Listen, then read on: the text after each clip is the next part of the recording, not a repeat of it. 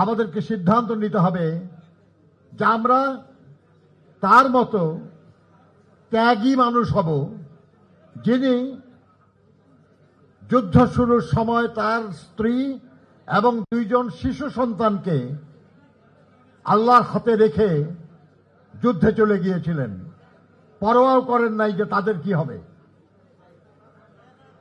আমরা তার মতো সৎ হব, যার বিরুদ্ধে তার প্রবল প্রতিপক্ষও কোনোদিন অসততার অভিযোগ করতে পারে নাই।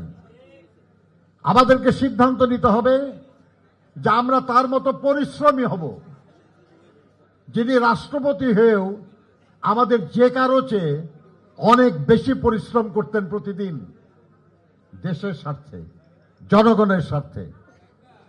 আমাদেরকে সিদ্ধান্ত নিতে হবে যে আমরা তার মতো দেশ এবং দেশের মানুষকে ভালোবাসব, যিনি এই দেশের মানুষকে ভালোবেসে বলতেন, পছন্দ করতেন সেই গানটা, যেটাকে আমাদের দলীয় সঙ্গীত বানিয়েছিলেন, যে প্রথম বাংলাদেশ আমার, শেষ বাংলাদেশ, জীবন বাংলাদেশ আমার, মরণ বাংলাদেশ।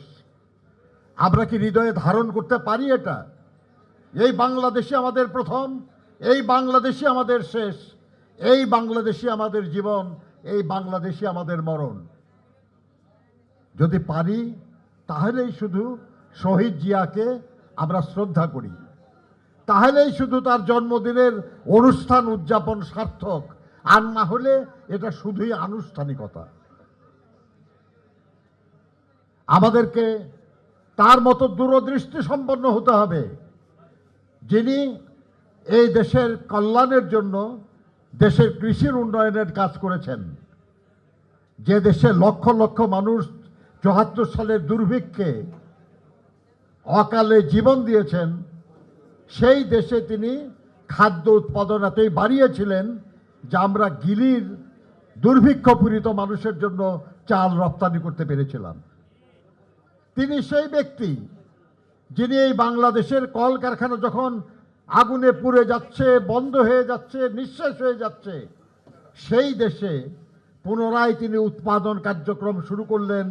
1 শিফটের জায়গায় 2 শিফট, 2 শিফটের জায়গায় 3 শিফট কাজ শুরু করলেন। তার আমলেই 9টা টেক্সটাইল মিল হয়েছে, সার কারখানা হয়েছে, সুগার মিল হয়েছে, ফার্টিলাইজার ফ্যাক্টরি হয়েছে এবং ফার্মাসিউটিক্যাল কোম্পানি হয়েছে।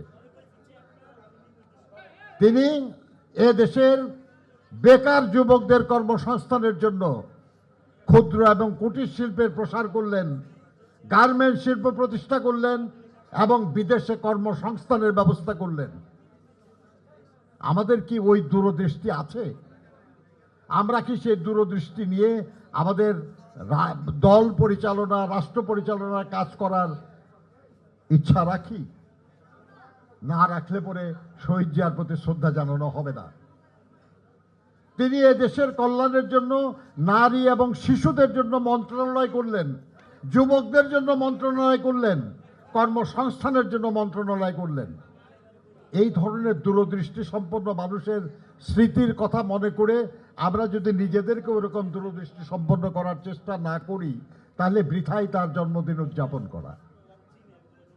এখানে যারা উপস্থিত আছেন, আমি বিশ্বাস করি, মনে প্রাণে বিশ্বাস করি যে তারা সবাই শহীদ জিয়ার আদর্শের এক একজন সৈনিক। কিন্তু আদর্শই যদি আমরা অনুধাবন করতে না পারি, সেই আদর্শ বাস্তবায়নের জন্য যদি শপথ নিতে না পারি এবং সেই অনুযায়ী নিজেদের জীবনকে গড়ে তুলতে না পারি, তাহলে তো শ্রদ্ধা জানানো হলো না, তাহলে তো তার প্রতি সম্মান জানানো হলো না। এই জন্য এখানে যারা উপস্থিত আছেন সবার কাছে আমি বিনীতভাবে এই অনুরোধ করব যে সত্যিই যদি আমরা শহীদ জিয়াকে ভালোবাসি, সত্যিই যদি আমরা তাকে শ্রদ্ধা করি, তাহলে আমাদের উচিত হবে তার জন্য শুধু দোয়া করা না, তার প্রত্যেকটা কাজ অনুধাবন করে নিজেদেরকে সেরকম করে গড়ে তোলা। তাহলেই শুধু তার প্রতিও শ্রদ্ধা জানানো হবে, এই দেশের জনগণের প্রতি যে আমাদের দায়, সেই দায় শোধ করা হবে, এই দেশের প্রতি আমাদের যে দায়, সেই দায় শোধ করা হবে।